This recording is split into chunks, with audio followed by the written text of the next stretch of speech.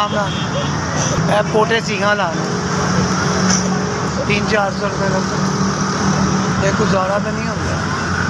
बस जहाँ मैं गरीब आदमी है, मेरी टुटी भट्टी है, फटे का हाल देख लो। 2 बच्चे मेरे अखराजात पूरे नहीं होंगे, किराए का घर है मेरा, बत्ती मेरी उतरी है, भट्टी मेरी टुटी है, बस एक टाइम पास कर रहे हैं अपना। गरीब आदमी है, किसी ने मन भट्टी दी है, नाल 1000 रुपया दिता है, फिर मैं काम किया। हालात बहुत ख़राब ने, बस रोटी नहीं पूरी होंगी, 2 बच्चियां ने पैंपर पुंपर नहीं पूरे होंगे, बस परेशान है। मैं कहना मेरे को कोई कारोबार हो भट्टी वगैरह नंगी हो, वो भी सारी टुटी, फट्टा भी सारा टुटा है, ये हालत तुम देख लो।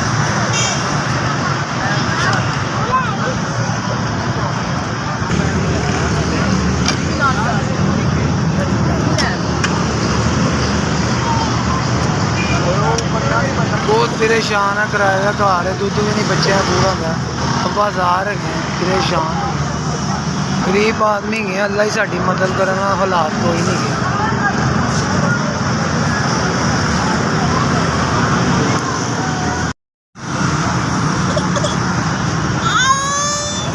मैं 5000 मन मिले जिन्हें दिता, मैंने अल्लाह मदद की, अल्लाह ने खुश रखे, आबाद रखे, अल्लाह बच्चों सलामत रखे, अल्लाह ने खुश रखे, आबाद रखे, ढेरों खुशियाँ देवे ना जिन्हें मेरी मदद की।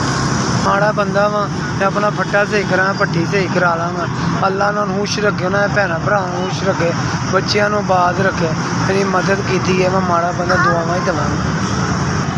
SVS अल्लाह ने जिंदगी तंदुरुस्ती दे, मेरे मदद की, मेरे बच्चों की मदद की, अल्लाह आबाद रखे।